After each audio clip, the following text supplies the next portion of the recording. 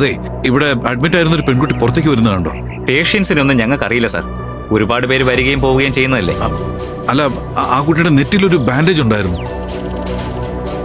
എനിക്ക് പെട്ടെന്ന് ഓർമ്മ കിട്ടുന്നില്ല സാർ.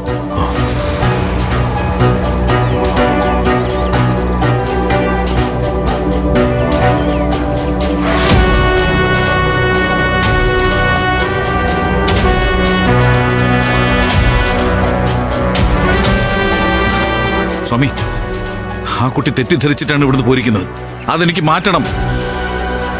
SP-ക്ക് ഒരു രണ്ടാം കല്യാണം കഴിക്കാൻ ബുദ്ധിമുട്ടുണ്ടെങ്കിൽ വേണ്ട. ആ കുട്ടിയെ പറഞ്ഞ് കൺവിൻസ് ചെയ്ത് SP-യുടെ ഭാര്യയായി ആ കുട്ടി കുറച്ചുനാൾ അഭിനയിച്ചാലും മതി. ഒരു തരം കോൺട്രാക്ട് എന്ന് പറയാം. എടോ, താൻ മണ്ടനാണോ അതോ മണ്ടനായിട്ട് അഭിനയിക്കുകയാണോ? എടോ, എന്റെ ആര്യനെയും ചൈത്രയെയും നന്നാക്കാൻ ഈ പറയുന്ന ഓപ്ഷൻ ഒന്നും എനിക്ക് സ്വീകാര്യമല്ല. എടോ, എന്റെ മക്കളാവാൻ പ്രായമുള്ള പെൺകുട്ടികളെയും കൊണ്ടുവന്ന് ഇമാരി കോപ്രായം കാണിക്കുന്ന ഈ സ്വഭാവം ഉണ്ടല്ലോ, അത് ഇന്നത്തോടെ നിർത്തിയാക്കണം. എടോ, ആ മോളെ കണ്ടുപിടിക്കണം. എന്നെ കുറിച്ചുള്ള അവളുടെ തെറ്റിദ്ധാരണ തിരുത്തണം. അവളെന്റെ SP എന്താ പറയാൻ വന്ന്? എടോ, അവളെ കണ്ടുപിടിക്കണമെന്ന് പറഞ്ഞില്ലേ? അല്ല, ആ കുട്ടിയുടെ കയ്യിൽ കാശൊന്നും ഇല്ലാത്തോണ്ട് വണ്ടിയൊന്നും പിടിച്ച് കാണില്ല. നടന്നായിരിക്കും പോയത്. അധിക ദൂരം എത്തി കാണില്ല. എങ്കി വാ, നമുക്ക് കാർ എടുത്ത് തരാം. വാ കുട്ടി, വാ, ഞാൻ പുറത്തുകൊണ്ടാക്കാം. വാ.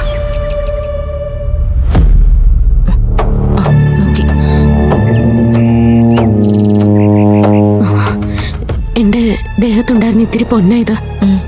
ആക്സിഡന്റ് നടന്നപ്പോ ഇത് ഹോസ്പിറ്റലുകാരെ എടുത്തു വെച്ചെന്ന് എനിക്ക് അറിയില്ലായിരുന്നു.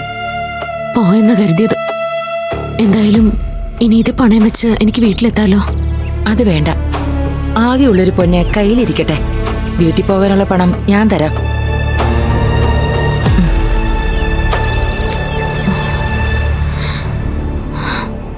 വലിയ ഉപകാരം.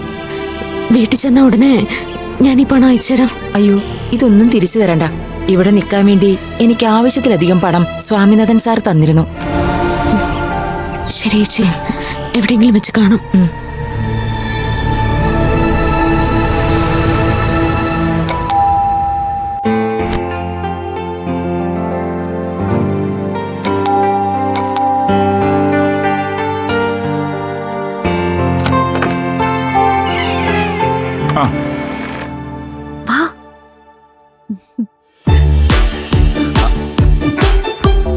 ഇതെന്റെ ഫ്രണ്ട് അർജുൻ.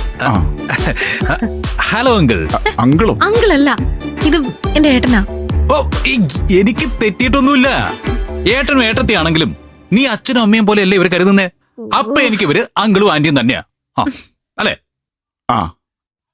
അല്ലേ? അല്ല അല്ലേ? അല്ല. എന്താ? എന്നാ പിന്നെ നമുക്ക് അകത്തേക്ക് ഇരിക്കാം. അർജുൻ, അർജുൻ, അനുപണ്ണ അങ്കിളെന്ന് വിളിച്ചാലും എനിക്കത്ര പ്രായമൊന്നുമില്ല. എന്നെ ആന്റിന്നൊന്നും വിളിക്കണ്ടോ? അല്ലേ? എന്നെ വിളിച്ചാൽ നിന്നെ വിളിക്കും. അർജുൻ, തള്ളി തള്ളി ഇവരെ എന്റെ അച്ഛനും അമ്മയൊന്നും ആക്കണ്ട. ഞാൻ വിളിക്കുന്ന പോലെ ഏട്ടനെന്നും ചേച്ചിന്ന് വിളിച്ചാൽ മതി. ഇരിക്കെ. ഓ, എങ്കിൽ പിന്നെ അങ്ങനെ ആയിക്കോട്ടെ. ആന്റി ഇരിക്കും. അർജുൻ, ആന്റി ഇരുന്നോളും, പക്ഷെ ഞാൻ ഇവിടെ നിന്നോളാം. ഒരു കല്യാണ ആലോചനയുമായിട്ടാണ് ഞാനിപ്പോ ഇങ്ങോട്ട് വന്നത്.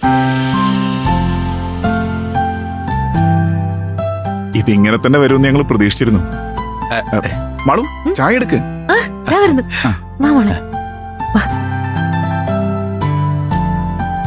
നാട്ടു നടപ്പനുസരിച്ച് അവന് കൊടുക്കാനുള്ള ഒരു സാധനവും ഇവിടെ ഇരിപ്പില്ല. ബിസ്ക്കറ്റ്, മിക്സറും ഒന്നും. അവന് ചായ പോലും കൊടുക്കേണ്ട കാര്യമില്ല ചേച്ചി. അങ്ങനൊന്നും പറയരുത്. നിങ്ങൾ വലിയ ഫ്രണ്ട്സ് ഒക്കെ ആയിരിക്കും. എന്നാലും ഇത് ഒഫീഷ്യലായ പെണ്ണ് കാണൽ ചടങ്ങായിട്ട് കാണണം. ഞങ്ങളെ കാണിക്കാനെങ്കിലും നീ ചെറുക്കിന് ചായ കൊണ്ടുപോയി കൊടുക്കണം. അയ്യോ അങ്ങളെ, സോറി ചേട്ടാ. ഞാനേ ധുനിയെ എനിക്ക് വേണ്ടി പെണ്ണ് ചോദിക്കാൻ വന്നതല്ല. പിന്നെന്തിനാ വന്നത്? കല്യാണം ആലോചിച്ചാന്നല്ലേ പറഞ്ഞത്? ബാക്കിയെല്ലാം അർജുൻ പറയും. ആര്യൻ എന്നാണ് ആ പയ്യന്റെ പേര്. SP ഗ്രൂപ്പ് ഓഫ് കമ്പനീസിന്റെ അടുത്ത അനന്തരാവകാശിയാണ് ആ പയ്യൻ. ഇട്ടുമൂടാനുള്ള സ്വത്തുക്കളുണ്ടെന്ന് ഞാൻ പറയാതെ തന്നെ ചേട്ടൻ അറിയാലോ. ഏത്?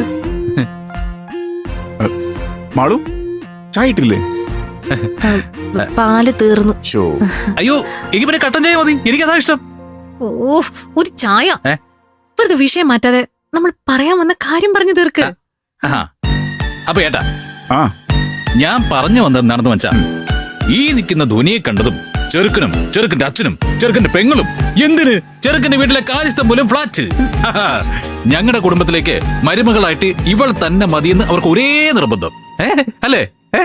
എന്റെ പൊന്ന് അർജുനെ, ഇങ്ങനെ തള്ളാതെ ഉള്ളത് മാത്രം പറ. ധ്വനി, നീ പറയുന്നതായിരിക്കും നല്ലത്. അല്ല ഏട്ടാ, ചേട്ടാ ഞാൻ ഇവള് പറഞ്ഞ ഒരു ഇമ്പാക്റ്റും കിട്ടില്ല ചേട്ടാ. എന്റെ പൊന്നർജുനെ, ഞങ്ങൾക്ക് ഉള്ളത് മാത്രം കേട്ടാ മതി. ഏട്ടാ, ആര്യന്റെ ഡാഡി SP അങ്കിളിനെ എന്നെ ഇഷ്ടപ്പെട്ടു.